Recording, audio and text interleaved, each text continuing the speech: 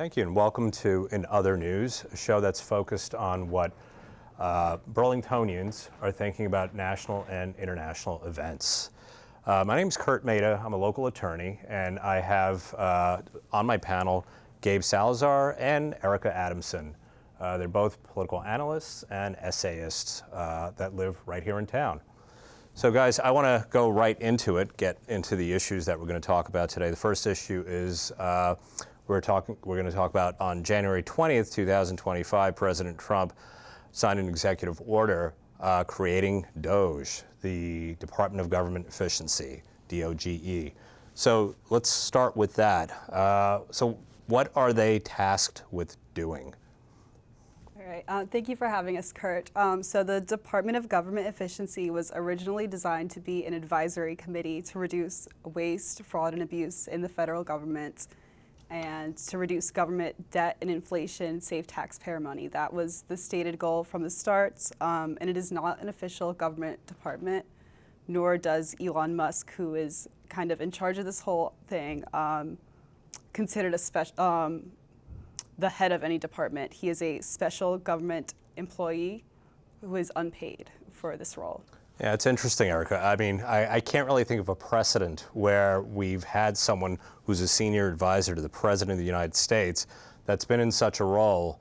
And what's interesting is that there was a federal court case involving Mr. Musk, who, and the finding was that there may be a potential violation of the Appointments Clause of the Constitution. So Article 2 of the Constitution specifies that when the President of the United States appoints a senior officer, I mean, basically we're talking about cabinet secretaries, that it's the requirement for such an appointment involves the advice and consent of the United States Senate. So there's usually, there's an up or down vote on the person.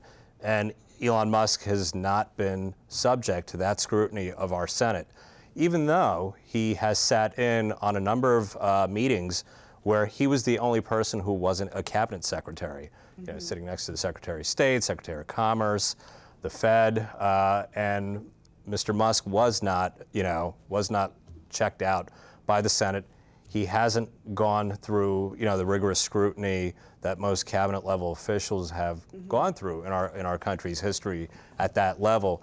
And then one thing that people don't know about is that typically when you have someone at that senior a position, they also have to disclaim, any kind of investments that they have in any kind of organization or company that has contracts with the government. And Mr. Musk certainly hasn't done that because his company SpaceX has extensive contracts that have already been signed for billions of dollars, actually. Yeah, it's an interesting point you bring up. So can someone tell me a little bit about how Elon Musk got involved with the president? Right. I mean, during the most recent presidential campaign, Elon Musk was a hype man for the Trump administration. He was someone who was seen as an ally to the presidential policies that were to be enacted. And he's always been on board with the administration's ongoing desire to cut government spending. So in that allyship, that's where he and the president ally themselves. As far as how they get these things done, it still remains to be seen. The presidential executive order was to, as Erika mentioned, reduce government spending. But how that remains to be seen is more so in the reduction of staff, cutting already existing programs, and rather than trying to enact congressional change in spending. Right. Usually Congress has to approve the budget. They have the power of the purse, so to speak. Right, sure. And so the executive is really not tasked with reducing or eliminating off rights. Those departments, what they can do is what Elon Musk and the president have sought out to do right now, which is to reduce staffing, which is to reduce the actual implementation of those programs. Right, right. So, I mean, just to give folks a little bit of history, in 2023, Trump and Elon Musk got together, and Musk formally put out his support for the president and indicated that he was going to invest essentially about close to $290 million into President Trump's campaign for re-election. And that essentially has given him a seat at the table at the highest levels. So is he the person to get this done in terms of what their goals are? As far as political experience, I mean, I think there's nothing that Elon really has demonstrated in political advocacy. Right. In the past, he's actually been, I think, more democratic rather than a strict Republican. And so it's really questionable to see how currently, he's kind of aligned himself with this new administration's treatment of federal programs and federal spending. Is he the best person for the job? I mean, he is someone who clearly has been granted this kind of, insider position with the executive order. And he has his, title as the world's most wealthiest man. Right. So that we affectionately know him as that. Yeah. And just to give people a little bit of background, Musk originally a fellow from South Africa who came to the United States to study on, I believe it was an H-1 visa. And then he founded a couple of major companies over the last 20 years. Was instrumental in. Well, he didn't create it, but he put forth PayPal and really put it on the map. And then we have SpaceX, and then of course everyone knows Tesla. And then he purchased Twitter, and now it's known as X. So pretty influential person in terms of what he's capable of. But like we're going to talk a little bit about. Some of these quote-unquote oligarchs who have, a great deal of power, a great deal of wealth, who many which were kind of leaning on the Democratic side until a couple of years ago, and then there seems to have been a broad shift towards President Trump. Elon being one of the most notable people. Yeah, I think it's notable that around the time where he acquired Twitter, now X, was the time where he shifted his support from the the Democratic Party to the Republican Party. He supported Obama in 2008. He supported Clinton in 2015, 2016, and he said that he voted for Joe Biden in 2020. That is my understanding. And then as recently as 2020. By 2021, he was saying he'd prefer to stay out of politics, and then. On November 7th, 2022, just weeks after he formally acquired X, he posted, quote, "I recommend voting for a Republican Congress given that the presidency is Democratic." And that kind of began, I guess, his transition for which party he is supporting. Wow. Yeah, so I mean, that's quite a drastic shift. I wasn't even aware of the fact that, he had openly endorsed Obama in the past as well as Secretary Clinton as recently as 2016. So is he getting done what the stated objectives have been expressed in terms of DOGE, for better or worse? Is he getting done his goal? I mean, I think one of the goals was that he was promising the American people, and I'm talking about Elon Musk, that they were going to cut about $1 trillion out of federal spending. That was the stated goal initially, when DOGE was first created and when he was having these discussions with the president shortly after the election in November. Where are we with that? You want to start? So New York Times recently reported within the last, I believe, 72 hours that Mr. Musk said that he anticipated the group would save about $150 billion, which is 85% less than the objective of $1 trillion. And his previous objective was $2 trillion. Right. That's what he was originally claiming. Yes, right. We are now down to $150 billion by the end of the year. New York Times says that figure may be too high based on their analysis. It is counting spending that will not happen necessarily in next fiscal year. So it's kind of anticipating this spending that hasn't actually happened yet. Yeah. So it could be even less than what potentially significantly less. Saying. Amazing. Wow. So what kind of grade does DOGE get if that is indeed the case? What Erika's stating. Right. I mean, in regards as well, DOGE provides their own receipts, so to speak, on their website. So they actually try to keep track or to show what savings they have done for the American people. The question is how many of that is substantiated. Again, one New York Times analyst had found a $23 billion charge, but there's no attached like receipt for that. So Gabe, it's not like it's not the Office of Management and Budget or any formal accounting or organization that's overseeing. Right. I mean, so under DOGE, which is a subdivision of USDS, Right. United States DOGE Service. Right. They've changed from the United States Digital Service enacted by Obama in 2014. That was an officially recognized and congressionally appropriated department for the executive order to create.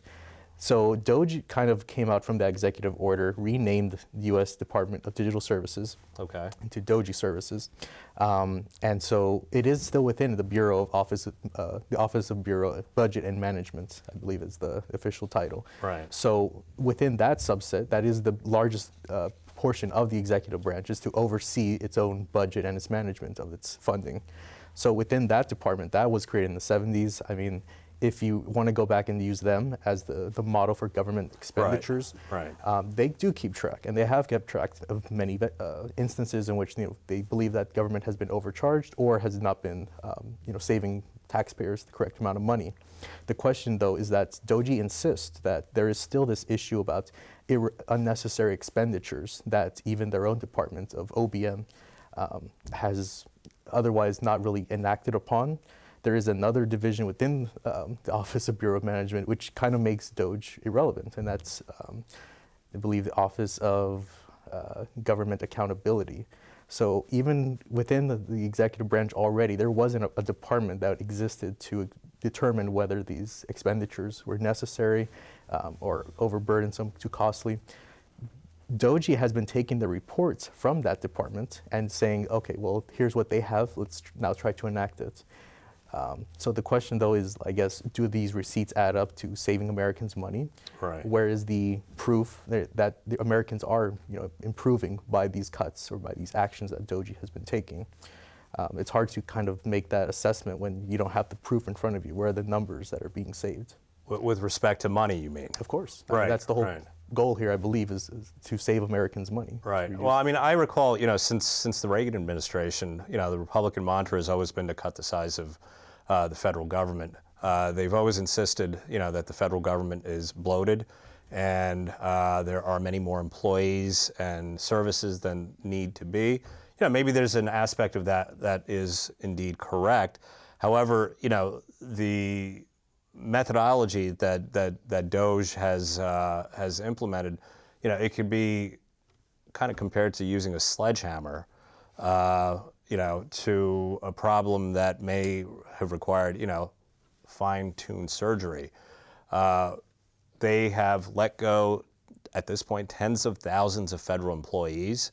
They started out with USAID. U.S. Health and Human Services has been impacted. You're talking about tens of thousands of people there.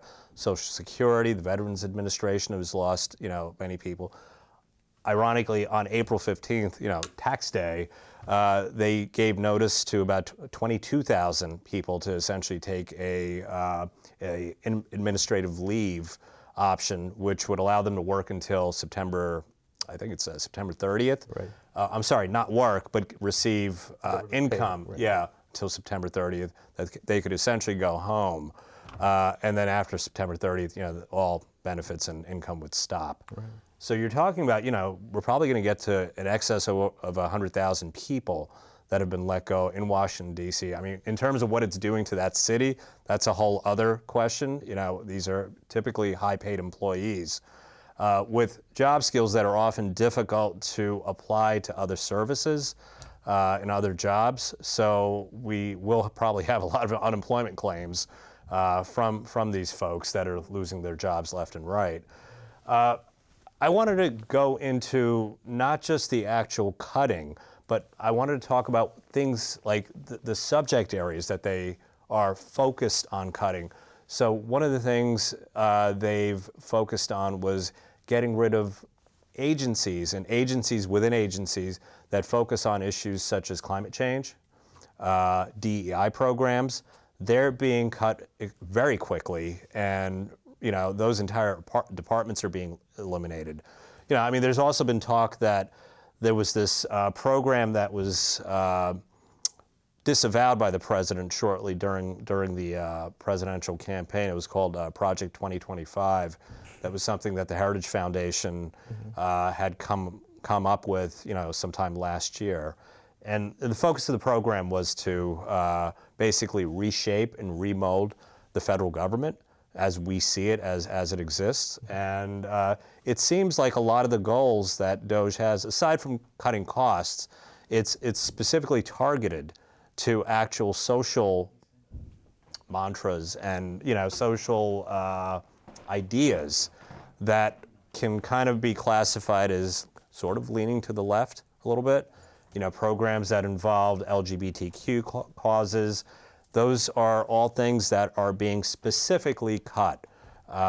So I don't know if anyone had any thoughts about that there seems to be something that's a little bit more targeted than just saving the American public money. So what do people think? Where's this going to go?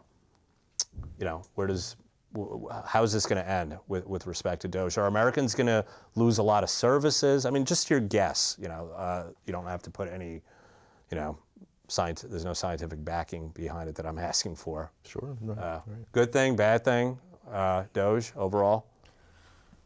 Very dangerous thing, I would say. Just the ability to really come in, slash a bunch of programs that you disagree with politically or even personally, without recourse, without actually taking into consideration that these are federal workers that you're affecting. These are people who receive these benefits.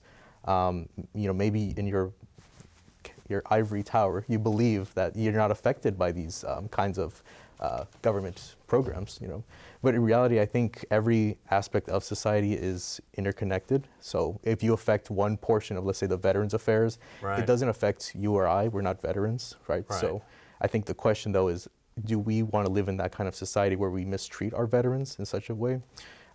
Even to individuals of different nationalities, the way they've been treated, individuals with LGBTQ community.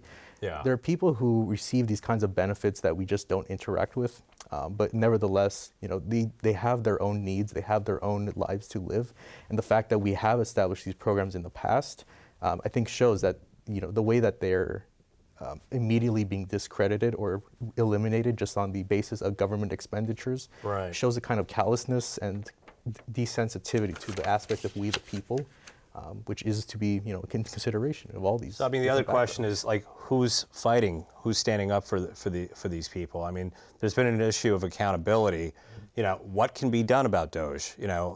Again, we mentioned earlier that Mr. Musk wasn't subject to scrutiny or an up or down vote by the U.S. Senate. What are Democrats doing, to counteract some of these agencies? I mean, is there any way that, even if there was a Democratic administration in 2028, could they recover with a number of these agencies that have been cut completely, and federal workers that have just been, gutted essentially from the federal government? So I mean, I'm going to segue into talking about resistance to the state of the Democratic Party these days. So there was an NBC poll on March 16th that said that the Democrats polled less than 27% amongst voters, likely voters, and they seem to be not dealing with it well. The party seems to be fractured. There's a Chuck Schumer, Governor Newsom, Chuck Schumer, Senator of New York, Governor Newsom of California, and Governor Shapiro of Pennsylvania wing on one end, and then on the other end, we have Alexandria Ocasio-Cortez, AOC, and Bernie Sanders, the senator here for Vermont, espousing a different point of view about how to get back into the halls of power for the Democratic Party. What do you guys think? How are these approaches going for the two parts of the party and the party overall? Any thoughts?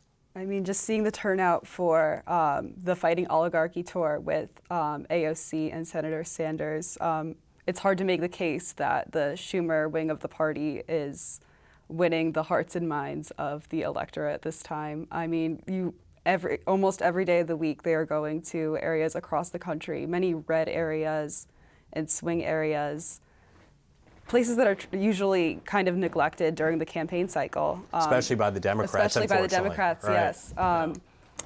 And just pulling out, like showing these record-breaking crowds consistently. I mean, I think they had 30,000 in Folsom yesterday. They had 4,000, including overflow, in Idaho the day before.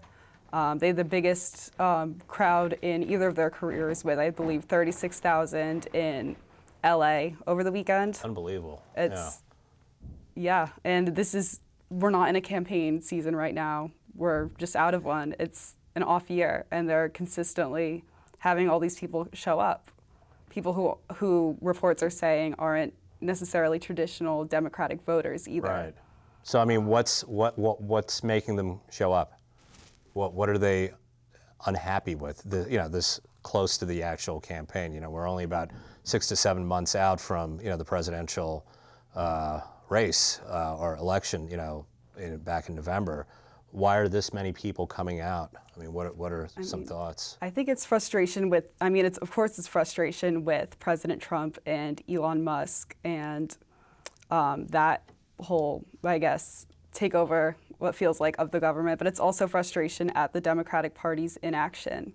Yeah. It kind of feels like it's a bit targeted at both parties, and voters' frustration at both. So what are AOC and Sanders preaching? What's the message?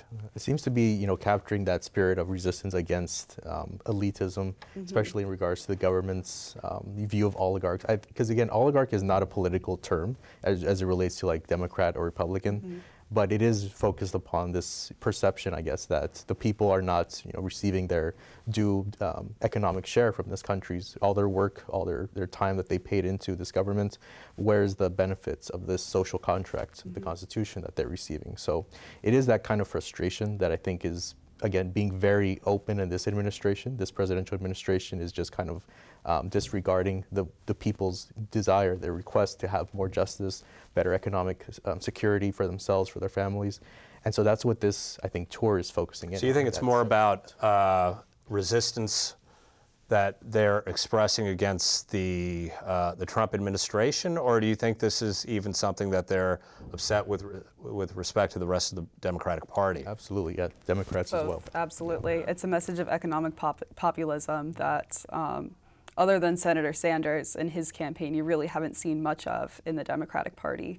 AOC as well, I think. Yeah. Right. She has a very strong progressive component to her. I think her biggest contribution was the Green New Deal proposal. And again, that was kind of a proposal to see an economic and environmental policies being enacted by the federal government. So in that regard, she is kind of pushing the envelope as to what can be done with greater vision for not just the environment, but for jobs. So what's the thinking on the other end of the spectrum? And I'm talking about still within the confines of the Democratic Party. Newsom, Shapiro, and Schumer. What's their tact? I mean, there's a sense that if you kind of step back and let the president do what he's doing, that a lot of voters are just going to want to come back to the Democratic Party. Just let him, I guess. That the policies are going to self-destruct, Yes, essentially? yes, pretty That's much. Interesting. That's my interpretation of okay. what they're trying to do. Sit back, let him do his thing, and then people are going to be unhappy with the results. And I mean, there's a little bit of merit when you consider the tariff disaster that we've been witnessing the last few weeks. Right. But I don't think people have an appetite for a party that's doing nothing to create a positive vision. Right. For another world we could be living in. Sure. And then that leads me to think about this whole concept, the Democrats are concerned about involving scarcity. So Derek Thompson and Ezra Klein just came out with a book. It's doing quite well, I understand. Ezra Klein of the New York Times and Derek Thompson of the Atlantic, staff writer. Book talks about this notion of abundance and scarcity. The book's called Abundance. And the thinking behind the book is that most problems in this country, not all, but most problems in this country could be solved if the issue of scarcity is properly addressed, and if there's an abundance, of jobs, of housing. I mean, we're going to focus this a little bit more with respect to housing. Can anyone just tell me a little bit about what their claim is with respect to housing? Sure. In the book? Yeah. So part of the premise of this book is, right as you mentioned, the theory that when we have more abundance of these things, we're able to provide a little bit more for everyone. So the question is, why do we not have an abundance already? So there's this, again, a criticism and analysis of what it is that they feel is holding back the country, specifically the United States, from accomplishing. Gabe, let's focus on housing specifically. Right. Yeah. So the development plans, usually in states, were abundant pre-1970s. Okay. During the 50s, post-World War II, we had huge expansions for housing development programs throughout the country. So what happened, guys? So, yeah. What happened? What changed? Any thoughts? Go ahead, Erika. It sounded like you were about to say something. Yeah, okay. A lot of red tape, basically. A lot of policies which led to red zoning, which led to overburdensome of development and construction and housing. This is what leads to, again, stagnation when it comes to developing these houses. Developing requires that you have these things being put into action, put into place. Without that, you just have these plans that keep going back and forth, but nothing gets developed. And this is in blue communities, ironically, Absolutely. right? Yeah. Yeah. So, I think the book mentioned an example where you see in blue areas, people on their lawns have Black Lives Matter signs, kindness, they have the rainbow flag, and yet in many instances, people from these different, disparate communities can't afford to live there. So they're not represented in the actual neighborhood, despite the fact that, people appear to be welcoming and have these very strong political signs physically on their properties. So how does that change? Right. It's quantified by the fact that I think you measure the intention is there.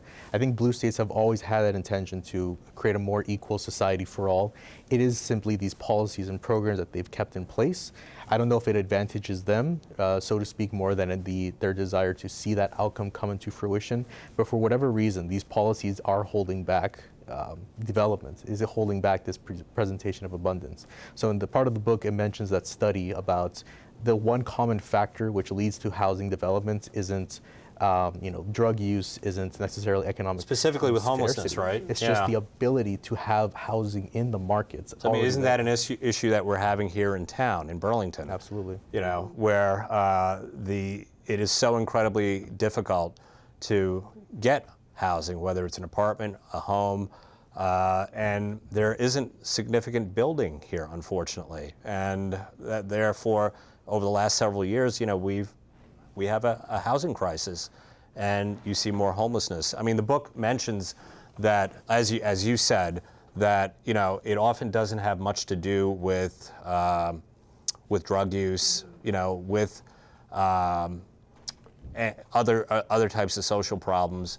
Unfortunately, it is just physically a lack of the number of available homes for people. Right. Yeah, more specifically, they kind of compare it to a game of musical chairs, where if there's enough housing, even if you are experiencing difficulty in your life, everyone will find a chair when the music stops. But if there's a housing shortage, that's when the individual life circumstances begin to predict homelessness. Right. So ultimately, the most important factor is just the number of homes that are available, or the number of apartments that are available. If you do live in a city with too few homes, then yeah, if you struggle with drug abuse or you're experiencing unemployment or mental illness, then that's when it makes a difference. Yeah. That really is the roots of the homelessness crisis. And I mean, the solution is so simple. We just need more places for people to live. And yet the process makes it difficult. Right. The process that specifically blue states tend to get caught up in. That's a shame. So we're probably going to continue that discussion maybe on next month's show. So I wanted to dedicate this first show to a big loss that we had in the Burlington community. Her name was Sandy Baird. We lost her on February 10th. Sandy Sandy was an attorney. She was a legislator. She was a prosecutor. First and foremost, I think if she was here today, I think what she'd want to be remembered for is being a aggressive defender of women's rights and equality. Sandy, through her organization, the Caroline Fund, helped a lot of battered women find safety. She provided scholarships to young women in new American immigrant communities, as well as local Vermonters. I want to just, rather than give you a laundry list of her accomplishments, I'm going to give you a quick story that I want to share. On Christmas Day, December 23rd, at 7 o'clock in the evening, I got a text on my phone. The text consisted of images of a woman who had been severely beaten. I thought, okay, what's happening? What kind of, is this someone's idea of a sick joke? What it turned out was it was a client of mine who was involved in my immigration practice. She texted me photos of herself and her face and the back of her neck that showed significant bruising as well as cuts where blood was coming out. And she told me that her husband had gone out drinking during the day and severely beat her that day, and that he was armed. For a couple of moments, I was in shock. It was Christmas Day in the evening. I think it was snowing outside. What I decided to do was I looked up homeless shelters, battered women's shelters, and I couldn't really find anything. No one was picking up the phone. I thought about Sandy Baird. I called her at about 7:30, 8 o'clock on Christmas Day. She picks up the phone. I tell her about this client's story. Sandy went and picked her up at her home and told me that she's going to let her stay at her house that evening. Completely unknown person. She didn't know her at all.